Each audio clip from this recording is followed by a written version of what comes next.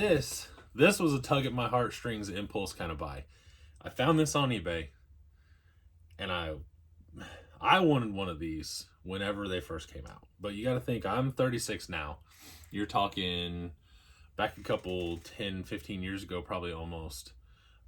This thing was a little pricey for me. I was probably like 22. I didn't have a terrible job. I wasn't working, part-time at I don't even remember what I was doing. It doesn't matter. I didn't have a terrible job. However, one of those things where buying Clodbuster axles and doing all this stuff, a little bit out of my range.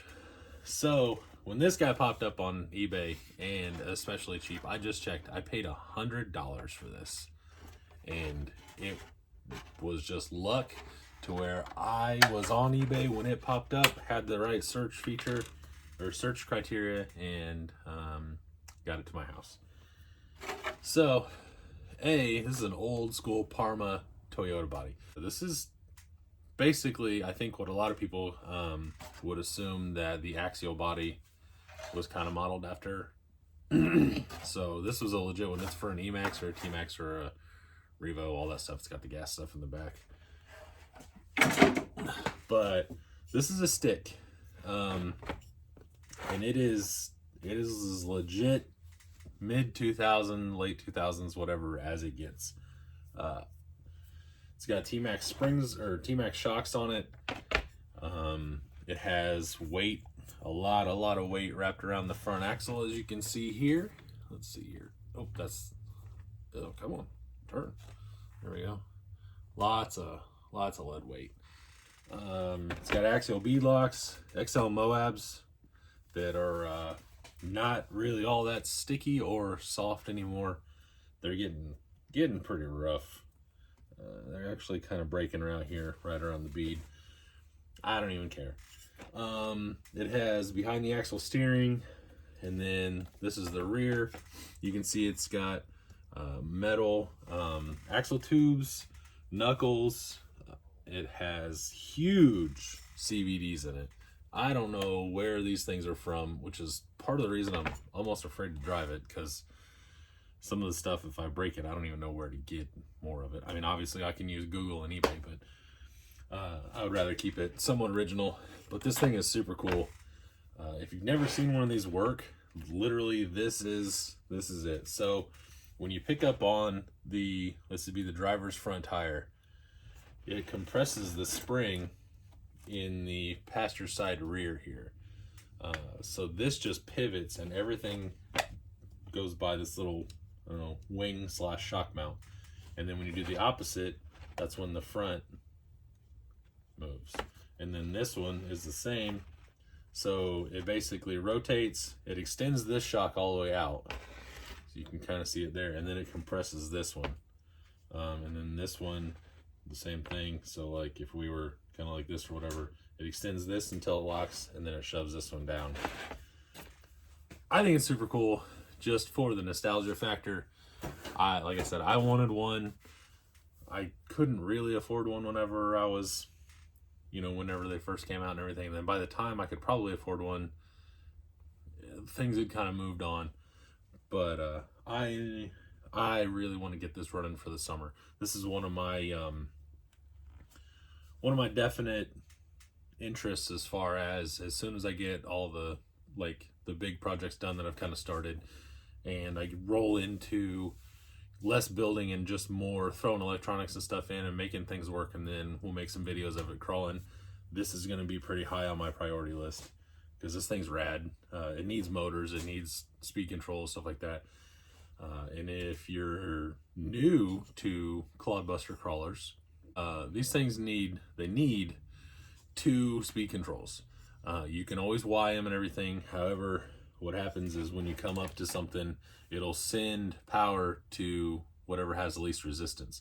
So if you have back tires that need to grab and the front tires are just kind of up here spinning on a ledge, if you do it that way, these things just sit there and spin and do nothing, because that's the path of least resistance for the electricity. So you put a speed control on both ends, powering both motors. So one on each motor, I guess, not powering both, but one for each motor. Then you send power to both of the ESCs, which sends power to each motor individually, and then it actually crawls like you want it to. The other cool thing with that is if you have a remote that'll do it, and it's not just a basic 2-channel, you can kind of do some mixing where you can hit a button and it'll shut one of the ESCs off if you're running it like in a 3-channel mode, or a 4-channel, which would be, you know, if you had rear steer, front steer, and then front and rear motors, you could click the button and the channel, it would be what, 2 and 3, let's say, control both motors. Then once you hit the button, it'll take 3 out, and then you can do a dig. You can, you know, make sure you kind of climb up on something. You can do them to where they reverse. I used to run one, I had a little stick. I used to have a Clodbuster, a big one as well, like this, that I'll put up here on the screen.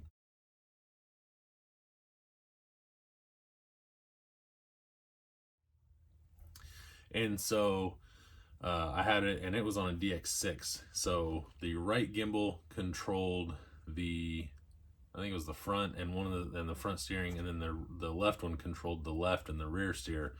But one of the buttons or one of the switches, whatever, would flip it. So you could mix everything. So you could take it and turn one way and one the other, push the front wheels forward, the rear wheels backwards, and it would do like these crazy mid-turn cyclone donut things, and you could do all sorts of cool stuff. You could dig with the front and the back, and it was super neat. These things are super cool when you get into them. They're not as realistic. Like, that is my one complaint with MOA stuff, is people build scale trucks with them, and it just does not look good, and it bothers me just because it's not realistic. They buy the most realistic, like, new bright body they can find, and then stuff these things underneath of them and like, scale truck, that doesn't fly. You may think so, but I don't like it. I think it's silly. So anyway, that's this. I have some tires for it. I bought some mudslingers for a different project, and they'll probably end up on this just because if these were nice, I would probably keep them on, because they're really not that bad, especially for a 15-year-old compound and design and everything. They wouldn't be that bad if they were new. Let's just put it that way. Now, like I said, they're getting pretty rough. I'd love to keep them just for this is how things were, but I can't always do that. So I got some mudslingers that I got for something else that I'll probably just put on these, and then throw some electronics in it and some decent servos, and we'll go from there. So okay, that pretty much wraps it up for this. Now that I'm doing this, I am out here talking about the stuff, and I really want to get some of these projects I've had stalled for, some of them are years.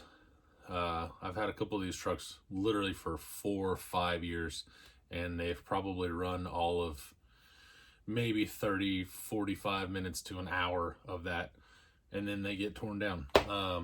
And then this one I've had for a while now, and I haven't done anything with it just because I've had other things to do. So I want to get on this pretty quick, but for right now, that pretty much wraps up the video of introductions and the whole cabinet preview project thing that I did. So you guys have a good day. I appreciate you watching, and I will see you later.